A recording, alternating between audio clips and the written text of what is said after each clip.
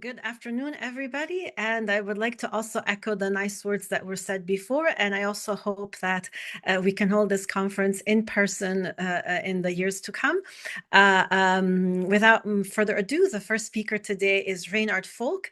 As was mentioned before, he will present a topic on the thesis of Ernst Ising, New Glimpses Through the Old Holes, a presentation of the book, Ernst's doctoral thesis 100 years on.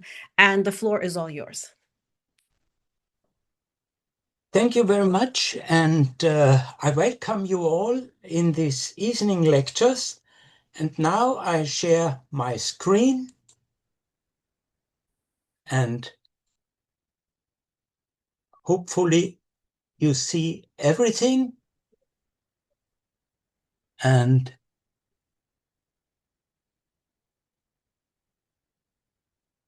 okay, you hear me? And I'm very happy that I can speak about our book.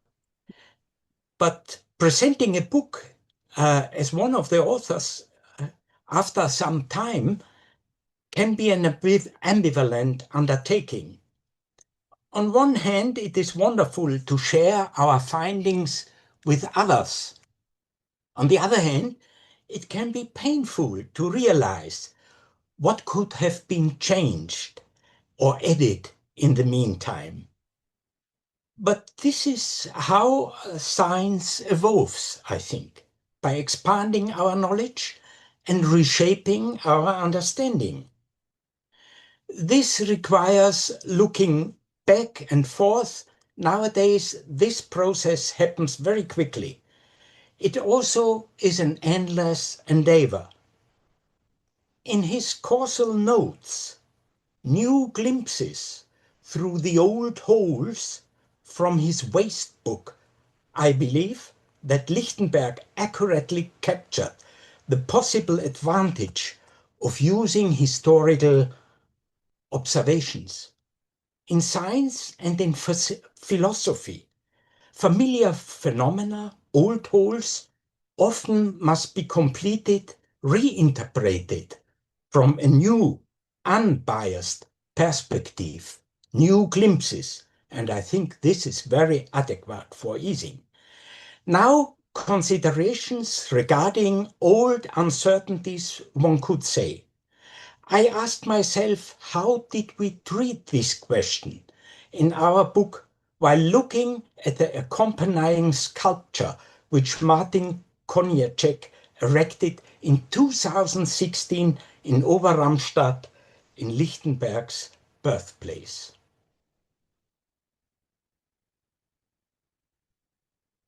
Okay, so I have to go to the new picture.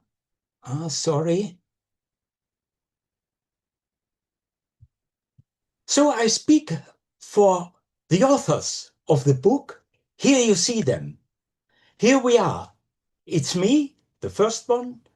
It's my colleagues and friends, Bertrand Berge from France, my friend and colleague and the late Ralph Kenner from Coventry University, and Yuri Holovac. This is a picture from the Ising lectures in Lviv 2017. And for this 20 years anniversary in Lviv, we had prepared a paper called The Fate of Ernst Ising and the Fate of His Model, and we could get Tom Ising, his son, as a co-author. He had wrote about his life, of his family, in this contribution. And we included it in our book, but now in an updated version. What we also saw was that when we spoke about Ernst Ising and his model, we didn't have read the thesis. We realized that we have never seen the original version of Ising's dissertation, and therefore we decided in Lviv to take a look at it. albeit belatedly, because we have taught about the Ising model in former times.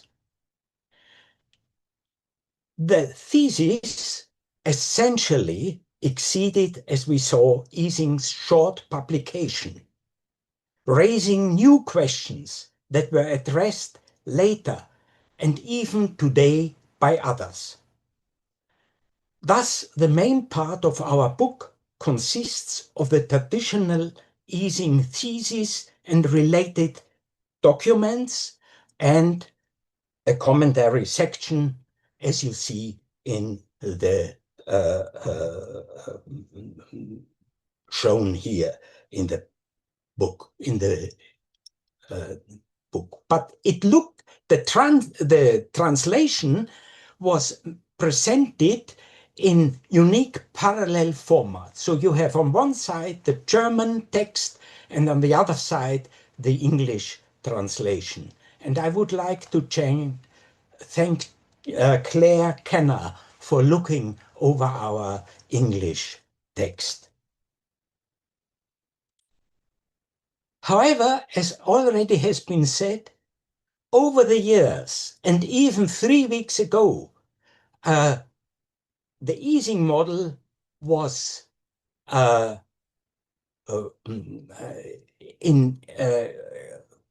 gave rise for a set of talks as the Ising lectures, and with the motto, Ising is everywhere in science and on a place, of course, in Oxford, because there is a Peierls Institute, and you have famous people there, Rudolf Peierls, Roger Elliott, David Sherrington, and John Cardy in it.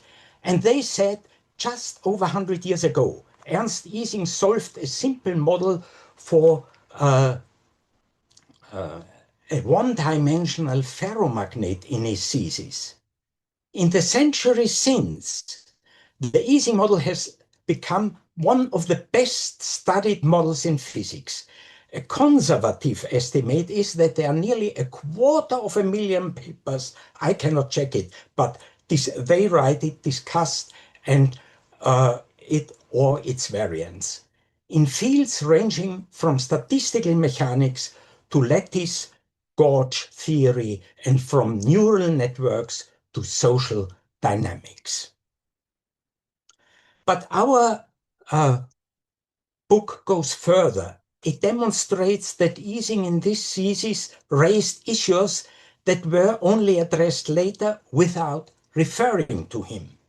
However, the exchange of scientific knowledge was at risk at every time, but it was essential. We have so far been unable to prevent wars and other forms of destructions and conflict, as evidenced by Ising's life, the history of his model, and current events. So, therefore, in our Outlook section, we cite Bertrand Russell. Broadly speaking, we are in the middle of a race between human skills as a means and human folly as an end. The re-establishing of international organizations of physics after wars by founding institutions is a never-ending task. And I show you 3 examples. After World War I, the UPAP was founded 1922.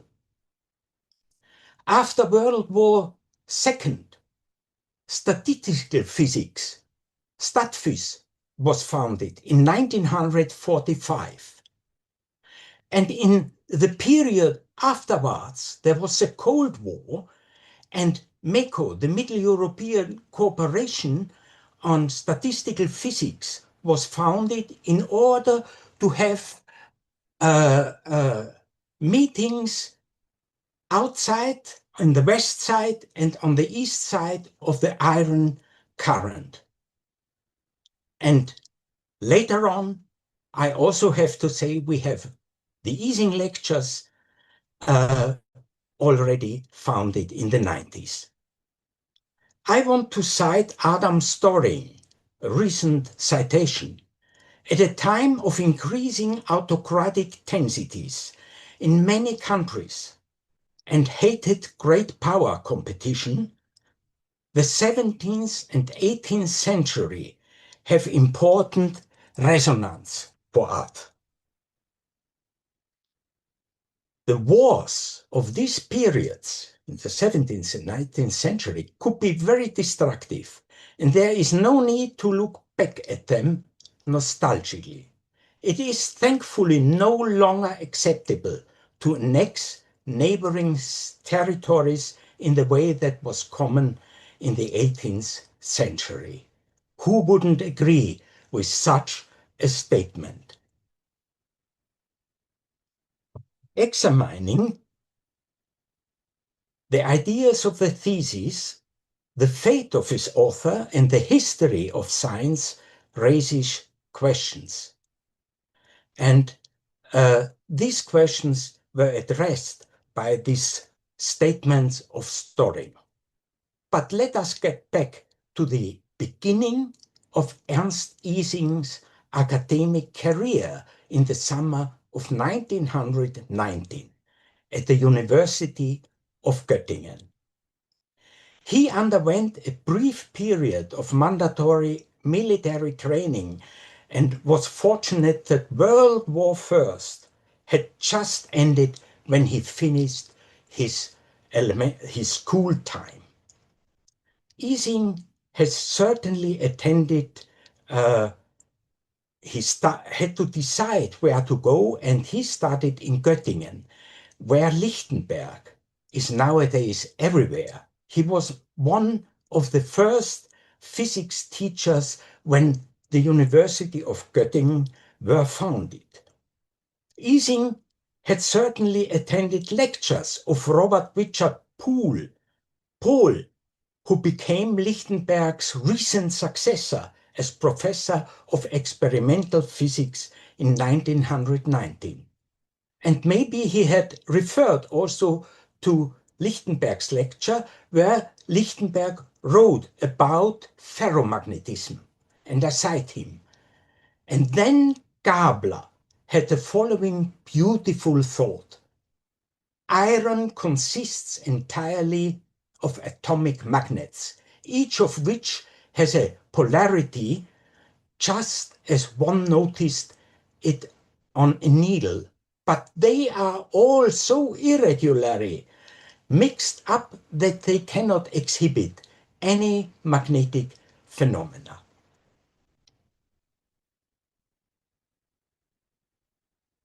Now Ising changed the university after 2 years, and let us follow his academic process. After a semester in Bonn and the so-called interim semester, which were exclusively for war partitions and students who had been involved in auxiliary service, in 1922, he moved to the University of Hamburg. The university was founded 1919 on Ising's 19th birthday, but it hadn't a theoretical physics.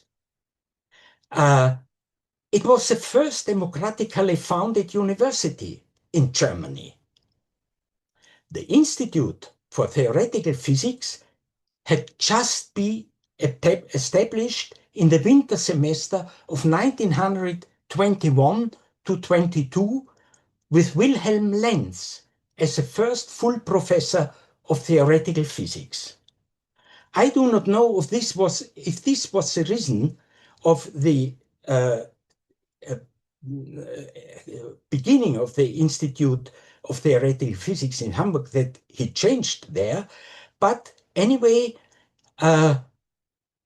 he went to University of Hamburg, and Lenz suggested for Ising his topic for the thesis. Well, after I finished my thesis, I had to produce 2 copies for the university. as Ising did. Typewritten text with carbon copies and handwritten equations. 2 copies. In Ising's case, in addition, an excerpt had to be printed and added to the thesis. So there was also a printed excerpt, but it was also distributed widely, but by the university, and we do not know who became all these copies. The excerpt served as an evidence of the research quality and ensured the findings which were accessibly to the scientific community. It was standard for the published distribution at that time to include a short curriculum. We also have it in the book translated of the candidate at the end. However, I do not know what the fate of Ising's thesis was. The Hamburg Library, the state library, is considered to have suffered the greatest loss of any library in German during the war. Luckily, the thesis survived the firestorm induced by the Operation Gomorrah in 1943. The legacy of Operation Gomorrah thus extends beyond its immediate military outcomes, prompting ongoing reflections on the balance between military necessity and humanitarian considerations in conflict. I would like to mention in this, with this Ising thesis, Karin Reich's contribution about the first professor of theoretical physics at the University of Hamburg, Wilhelm Lenz, as an example in Mathematics Meets Physics, edited in 2011. This text provides a description of Ernst Ising's situation at the Institute of Theoretical Physics, and it also, for me, anticipated Ralph's Math Meets Myth, published in 2017, which applies the Ising model of statistical physics to a much wider topic to analyze the relation between characters in myths. Remembering Ising is never everywhere. Now let us examine Ising's thesis. But I would also like to mention the Ising lectures, and in the last year, the statistical conference in Liv, where Juchnowski, the founder of the Liv Institute, was celebrated with his 100th birthday after he died with 99 years before. So let us now go to Ising's thesis. And here you see Ising's thesis in the original with its contents. Ising started with an unusual introduction of the history of his model, because it didn't start with Lichtenberg or some other 18th century physicists which were known to treat ferromagnetism, but with Richard Kirwan. And that is a surprise, because Richard Kirwan was lost in the following years out of the history of ferromagnetism. Second, Ising referred in his Annahmen, assumptions for his model, he referred to Walter Schottky, who wrote a paper to explain the interaction energy of magnetic elements, not mentioned in the publication. And third, he demonstrated the calculation of the partition function and defined an essential quantity, as a polynomial which largest root yields a partition function in the thermodynamic limit. The polynomial's coefficients are the Boltzmann weights. But he did not emphasize this in his publication, and nobody referred to it. I will come to this point later. And then he went to the more complicated cases. And the more complicated cases, which filled the rest and the largest part of the thesis, he considered the three-state model, not only a two-state model, a precursor of the Potts model. He looked at two interacting chains, the Ising ladder, and he looked at a chain with the next nearest neighbor interaction. These results were neither published nor mentioned by other scientists, but were considered in the late years.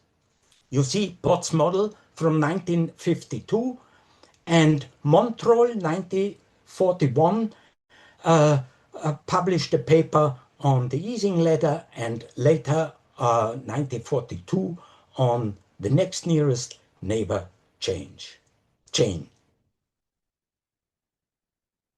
In any of these models, the conclusion was in one dimension that there is no phase transition in one dimension. And also with the extension, he could not find a phase transition. So therefore, we have to go to his thesis in more detail and start, why did he cite Richard Kirwan?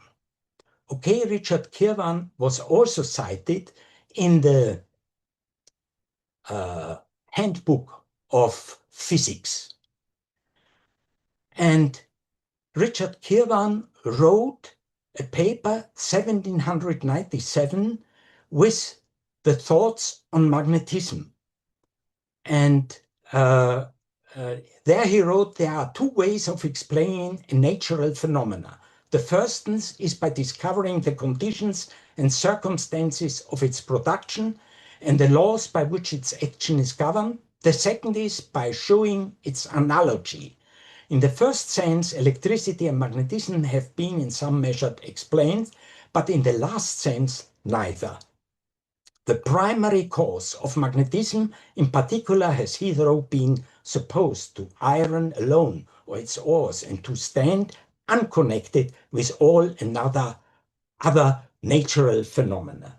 And this is just what happened with the Ising model later on. It was applied to further problems.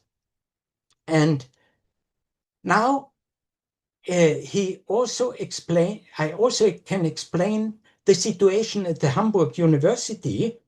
It began with Otto Stern, who wrote a paper that these magnetic needles are not free rotable. And Wilhelm Lenz then wrote in the same year a paper that the needles have only two positions, can only up or down or plus or minus. But it was not clear how they interact. And Walter Schottky wrote a paper about this interaction and showed that indeed the Coulomb interaction of the rotating electrons in the Bohr model is the interaction which could give a magnetic interaction leading to a Curie temperature of the right size. And that was the time, 1922, when Ising came to Hamburg and Lenz suggested him the topic of thesis. Now, I think I do not have too much time, so I just show you shortly. The Schottky model was based on the Bohr-Sommerfeld's quantum theory, where you see here the model of the German Technical Museum in Munich, which comes from Sommerfeld. The electron is rotating around the nucleus of a molecule, and then it has a magnetic moment up if it rotates. If you have two electrons, if they rotate in the same direction, the magnetic moments are in the same direction. Otherwise, if they rotate differently, they are up and down. Now he could calculate the energy, and he showed the minimum of energy is obtained when they rotate in the same direction. Now everything was opened, and Ising began his thesis to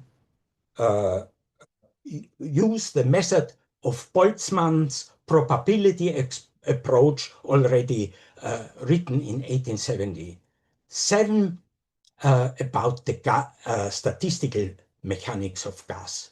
And he said in his paper 1877, we assume initially each molecule is only capable of assuming a finite number of velocities. So already there you have a discrete model. But his argumentation was mathematically, and he said immediately this assumption does not correspond to any realistic mechanical model, but it is easier to handle mathematical. And it's also an assumption Ising had, but it's realistic. And in his excerpt of the thesis, here you see the German page, he just showed what he had to calculate in his thesis. So he had to calculate the partition function, which was in the English literature first named by Darwin and Fowler in a paper of 1922 in Oxford. And there they introduced these partitions of energies in connection with Planck's calculation of the radiation spectrum. Here it is for the interacting spins. And he included, of course, the magnetic field and the temperature. And then he could calculate, when he had the partition function, he could calculate the magnetization. And now I go through his calculation shortly. Here you have the partition functions.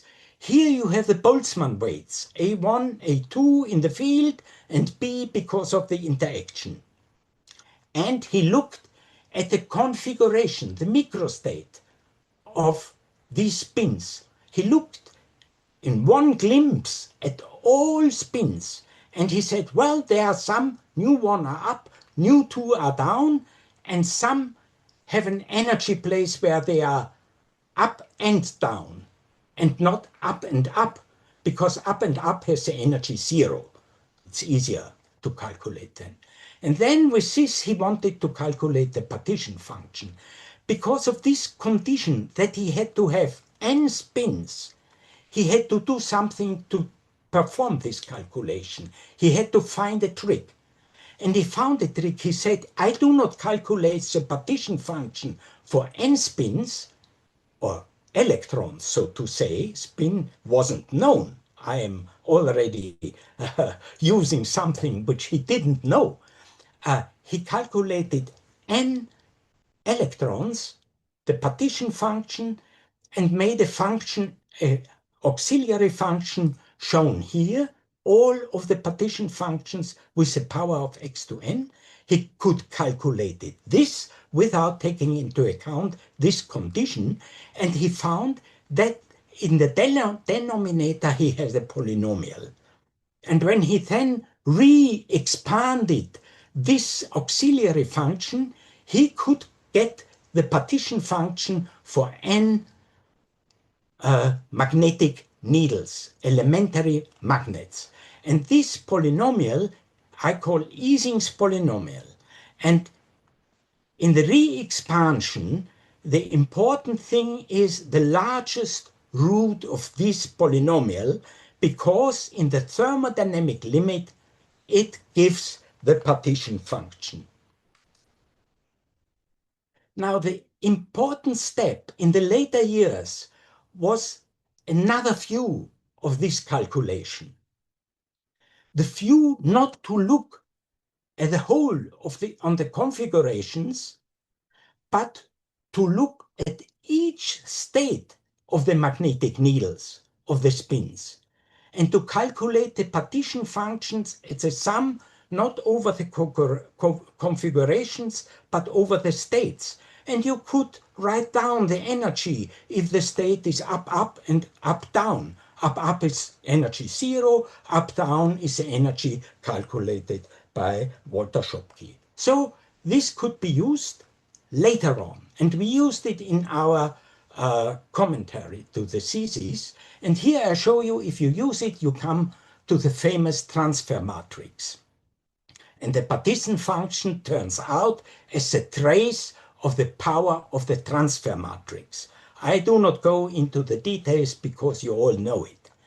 But the important thing is the transfer matrices were found by Kramers and in 1941, and by some other people, Lassetre, I have it on the next picture, I think. No, I have it here before, yeah, by Kramers, Vanya, Montreux, Lassetre, and Ho, and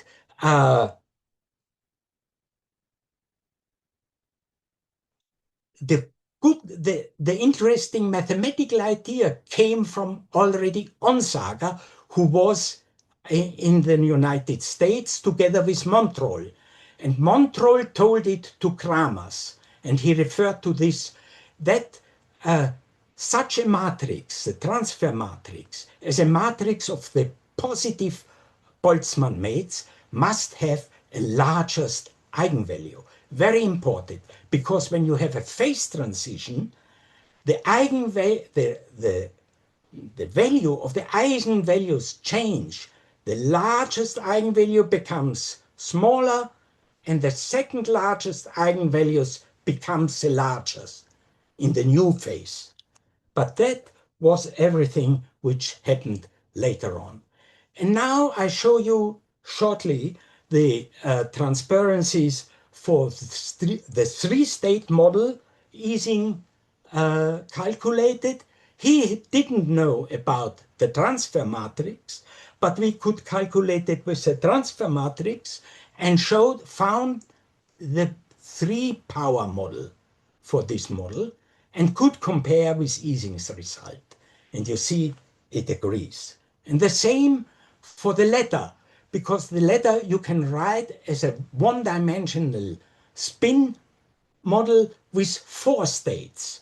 And again, the transfer, the matrix you get, the polynomial you get from the transfer matrix agrees with the polynomial Ising could calculate in his extensions. And the same for the next nearest neighbor interaction.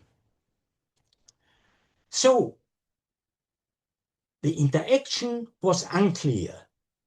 And just when Ising finished his model with the negative result, no phase transition, a revolution in quantum physics took place by Heisenberg, Schrödinger, Dirac, and Pauli, which 1925 found, so to say, the spin, the non-ambiguity, and twofold ambiguity the electron had. And just in the same volume of the Zeitschrift für Physik, where Ising published his paper, Pauli published his, so to say, the first spin paper. And it was Pauli in 1930 who, after Heisenberg had found the Heisenberg interaction for the magnetic system, and wrote down the Ising spin model with the spin sigma k and sigma k plus 1 already, 1930 in the Solvay conference. He said he also believes that in the classical spin model, also a phase transition took place. And indeed, I show you here a comparison between a classical spin model, namely Onsaga's two-dimensional solution, which is written down in the spin model here, and the quantum mechanical spin in a transverse, one-dimensional chain in a transverse field. And surprisingly, it was found out that by the solution of 1907, these two models have the same solution. And there is a relation by the Suzuki-Trotta decomposition, and I think Ferenc could tell more about this relation of the two models. And if you look at the transition temperature of the two-dimensional model and you reduce the interaction between the chains and make it lower and lower, you come to one chain. And you see how the transition temperature here, beta C is the inverse. You see it here, how the transition temperature goes to zero for the one-dimensional model. But what you also see is that at the one-dimensional model, you have a special point. Usually at finer temperature, you have a transition point. And at the Ising chain, you have only the beginning of a transition, just a point where you can see that fluctuations increase. So I want to stop here with the Ising model and want to go to the history of Ising and mention that there is some little personal relation, because Ising was born in Cologne, 1900. And I went to Cologne, came to Cologne, went there 1953 in the elementary school. And well, Cologne was disrupted heavily by also an operation by the bombs. It was the Operation Millennium, which was a reaction on another operation the Germans had to Coventry. It was the Operation Moonlight, and very severe destruction were there. But when I came there, the rubble was already removed, and many buildings were replaced. But I played there also in ruins, as many people which came to such destroyed city. And here is the birthplace of Ising, and I met this place several times later also when I was in Jülich. But Cologne was also important for the life of Ising, because there, 1933, Papen met Hitler. Papen was the leader of the in the parliament, and Hitler, and the Third Reich started 1933 with all the consequences for Ising. But also 1993, Lars Onsager was in Cologne and met the Austrian Gretel Ahletter. And this was is in an interesting publication described by Ebeling and Justice in 1996.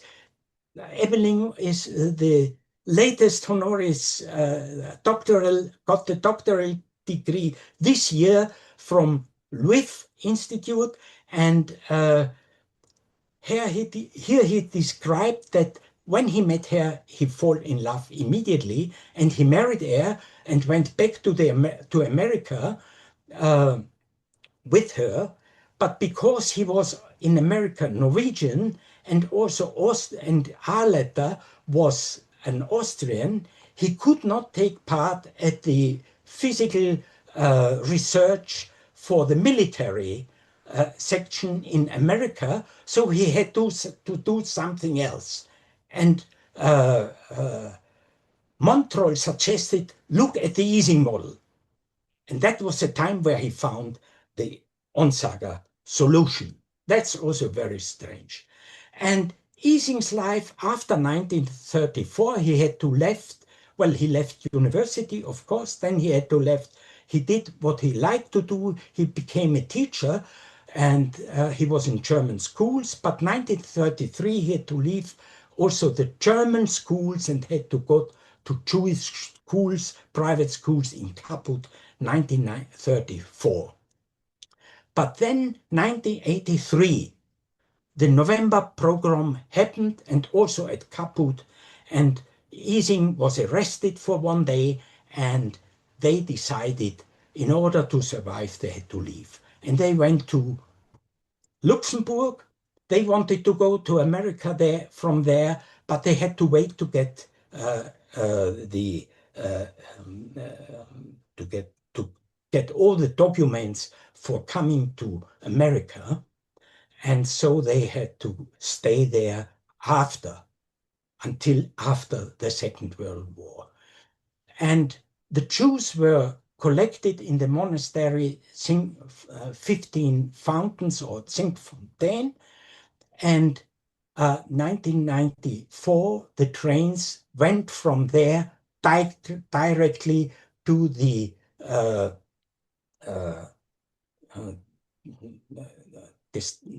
camps in Germany where the Jewish people were killed. But Ising survived because he was married to a German woman. And so they can survive, but again they had to wait until 1947 to get all the documents, and went to America. And there he became a position at the university in Peoria. And this is a picture where he could do teaching, one of his most loved he loved to be a teacher, I want to say. And so what can be said about Ising's life and Ising's model? And I would like to cite a summary by Johanna Ising, Jane Amer in the States. And I show you two pictures, one from 1983, nearby Linz, where I am now sitting. They made a trip with a boat together, Ernst and Johanna, and another one in Peoria in the 80s, very old, but again making a trip with a boat. And Johanna said, what was important was that we were never separated, that Ernest was never in a concentration camp or sent into the war, and that Tom grew up poor. It is true, but unscathed by the terrible events of his young years. And I think that is in this time the best you can wish to the people. Thank you very much. Thank you very much for this wonderful presentation. It's really, amazing to see all these pictures of the famous physicists that we study in books. Are there any questions?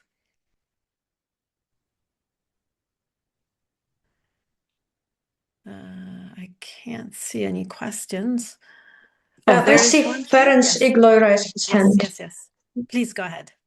Okay. Hi, Reinhard. Thank you very much for this very interesting and very nice contribution. I just wanted to ask if you know in which way the defense of Ising take place in Hamburg. I didn't understand the last word. What the difference in? No, I wanted to ask that the doctoral defense of Ising in Hamburg, in which way it took place? There was some commission, or it was just Linz who gave this title, or what was the rule in that period? Yes, he was at the institute. He became a doctorate, and Lenz. We also have it in the book. He gave a comment to his thesis. Also, the excerpt of the thesis was distributed to different people, I think all the professors at the institute. He also had to make a rigorosum, so to say, we would say, with about mathematics, astronomy, and physics. And then he got the document for his thesis. I never have seen it. That the thesis was okay, and the two copies which he made came into the University and State Library of Hamburg. I think they were in Hamburg. Maybe somebody else. So I do not know how these documents were saved further on in the wartime, I have to say. But I know that, for instance, Brush, who wrote the first article about the Ising model, he had a photocopy of it, because we could not make, even I could not make a copy of the thesis. It was not invented. We only could make a photocopy, which was expensive and complicated. And Brush had a photocopy, and also such a photocopy is in the American Physical Society has one. But I do not know the physical document he had. I went to my library in Linz and said, I would like to have a look at Ising's copy. And they said, yeah, we send you. And after 14 days, I got the copy and I had it in hand and made the pictures you see now in the transparencies, which I made also by my photo apparat. So, okay, thank you very much. Yeah, pleasure. Okay, next question is from Luis. Hi, Reinhard. Hi. Wonderful talk. Thank you very much. Can you hear me? I had a question about sort of the time that Ising spent in the United States, particularly in Peoria. So they lived long lives, surprisingly. Yes. And, right? So he died at 98, as you said. And so more than half his life was actually in Peoria. And there's so little that I could find about their lives there, apart from a few photos like you showed. What was his state of mind vis-a-vis science? Why didn't he ever do more research or pursue interests besides teaching? Can you tell us more? Yeah, a little bit more. And also, Sigismund Kobe has written several papers where he has explained it. And there's also a documentary of the documents about Ising at the University of Peoria. So what I can say, he came to the States and asked for a teacher position. And then some lady he asked said to him, are you the famous Ernst Ising? And he was very surprised because he didn't know about the fate of the model. And then he got a position at the university. He could give lectures, and he gave lectures, let's say, as it was shown at the photo, also in physics, but I think undergraduate. And his wife, Johanna Emma, also lectured at the university because she had a doctoral degree in economics. And I also know her thesis. She made her thesis at a Jewish professor and made a doctorate by a lady which also went to Great Britain after 1933. And so she taught, but only in courses, economics at the university. So both were teaching, but mostly they were active also in social things. And the only additional later publication is from Ising, is in the American Journal of Physics about Goethe's theory of colors. And that's also, but he never went to ferromagnetic or statistical physics research. Maybe somebody knows further about him, but he just was restricted to teaching. And immediately after the thesis, 1924, he left the university. He went to Berlin. He studied some lectures necessary for becoming a teacher. He was also at an electric agency company, and then he got a position as Studienassessor at a German school. But this was stopped 1933 by the laws of Hitler. Thank you. Next question is from Yuri. Yeah, thank you. Thank you, Reinhard, for your lecture. As usually, I learn a lot from your lecture. Before I put you a question, just small comment to Louis. What I read about Ising staying in the States, they were traveling a lot. In particular, they visited each state in the United States.